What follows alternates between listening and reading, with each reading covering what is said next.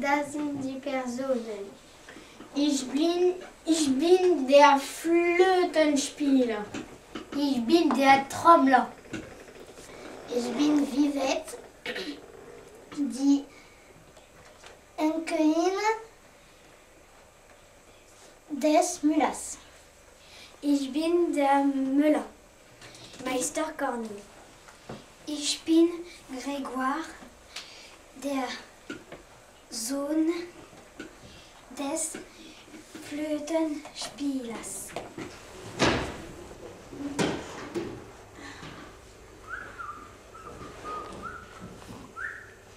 Bonjour, cher public. Bonjour, tambour. Que viens-tu faire parmi nous? Bonjour, monsieur Daudet. Je viens écouter votre histoire car j'ai ouï dire que votre maître Corny n'aimait pas beaucoup les gens du Nord. J'aimerais bien savoir pourquoi. D'où viens-tu, tambour?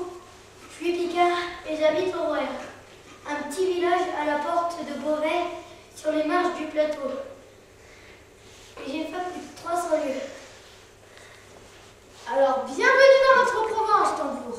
Et écoute, installe-toi et écoute notre fufre. C'est lui qui m'a raconté l'histoire du moulin que j'habite. Prends place.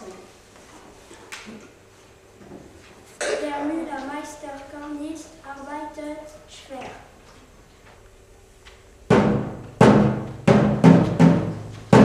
Bonjour, je suis le fils. Alphonse m'a dit que tu voulais que je te raconte notre histoire. Bonjour, oui, c'est ça. Prends place, je vais te la raconter. Dans notre Provence, beaucoup de moulins tombent au grand vent. C'est le Mistral et la Tramontane qui soufflent sur les ailes de nos moulins. Pardon de t'interrompre, le fils, mais chez nous aussi les moulins sont nombreux. Rien que 5 dans notre village. Et nos vents du Nord soufflent si fort que votre Mistral sur notre plateau Picard. Crois-moi. Tu as raison, tambour. Et nos moulins sont de véritables ouvrages d'art. Des ailes à la meule, rien n'échappe à nos meuniers. Sans défaillance, ils surveillent le mécanisme ingénieux qui permet de moudre le beau froment.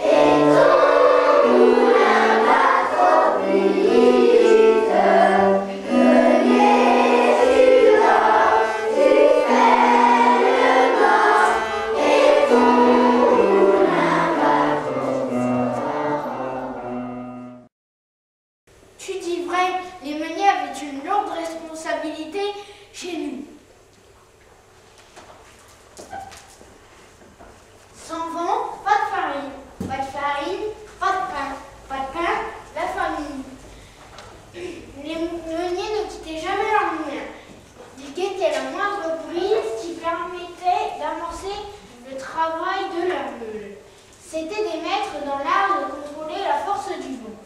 À chaque fois qu'il faiblissait ou s'envolait, ils déplaçaient leurs ailes. Je voudrais t'y voir, toi, avec ton tambour. Ce ne sont pas tes baguettes qui auraient déplacé les ailes du moulin. Pousse-toi donc, voilà la farine qui arrive chez le boulanger. Der Müller ist reich. Allez!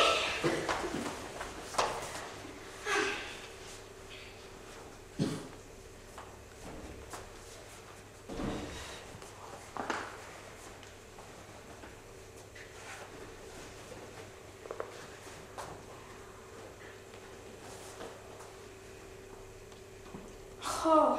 Martin! Martin, tu es là? Martin!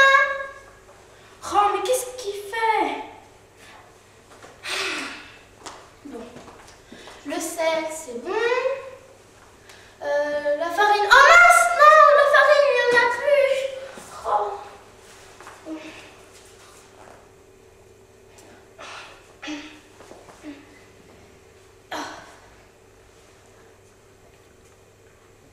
Martin!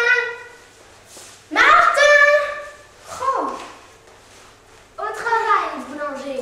J'apporte la farine et de la belle. Comment se fait-il que tu arrives si tard? C'est la faute de nos minoteries. Autrefois, les ânes étaient toujours prêts à redescendre au village, sitôt la farine sur le dos. Maintenant, il faut attendre la farine dans la plaine par une chaleur étouffante. Les minotiers veulent des papiers et des paiements de sucre. C'est plus long. Nos ânes ont trop chaud et n'aiment plus remonter chargés. Allons, allons, les meuniers étaient si riches qu'ils vous payaient le muscat et retardaient votre venue. Je ne te parle pas des farandoles. Rappelle-toi donc comment vous vous occupiez l'esprit. Comme les autres, j'avais droit à mon verre de muscat. Et j'avais aussi le privilège de faire danser la jeunesse au son de mon vivre. Mais malheureusement, plus personne ne danse sur nos collines. Et les jeunes meunières? Les jeunes meunières.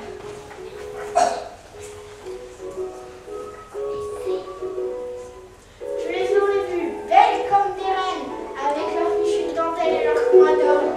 Crois-moi, les gens des masses les considéraient comme les plus beaux partis du pays. Regardez donc là-bas, elles savaient danser et séduire notre jeunesse.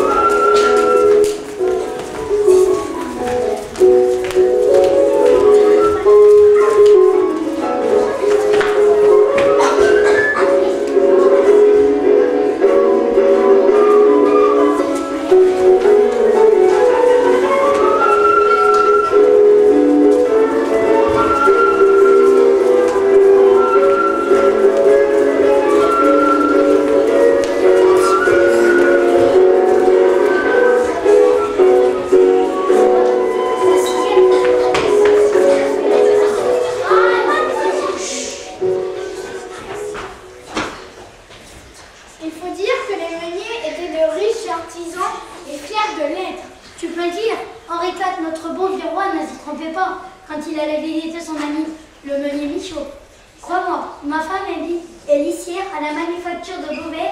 Elle a mis des heures à reproduire le meunier, levant son verre à la santé du roi. Ce meunier-là, il avait de quoi être fier, ma foi. Ces moulins-là, voyez-vous, faisaient la joie et la richesse de notre pays. Die Fabriken sind jetzt da. Alle Mühlen sind zu, aber eine Mühle ist noch da. Die Mühle von Meister Cornille. Ces Français de Paris eurent l'idée d'établir une minoterie à vapeur sur la route de Tarascon. Tout beau, tout nouveau. Les gens prirent l'habitude d'envoyer leur blé au minotier et les pauvres moulins à bord restèrent sans ouvrage. Pendant quelque temps, ils essayèrent de lutter, mais la vapeur fut la plus forte. Et l'un après l'autre, pécaille! Ils furent tous obligés de fermer. On ne vit plus venir les petits ânes, plus de muscat, plus de farandole. Le mistral avait beau souffler, les ailes restaient immobiles. Puis, un beau jour, la commune fit jeter toutes ses masures à bas, et l'on sema à leur place de la vigne et des oliviers. Pourtant, au milieu de la débâcle, un moulin avait tenu bon et continuait de virer courageusement sur la butte à la barbe des minotiers. C'était le moulin de Maître Cornille, celui-là même où nous sommes en train de faire la veillée en ce moment. J'en ai marre, je me battrai jusqu'au bout, ça se passera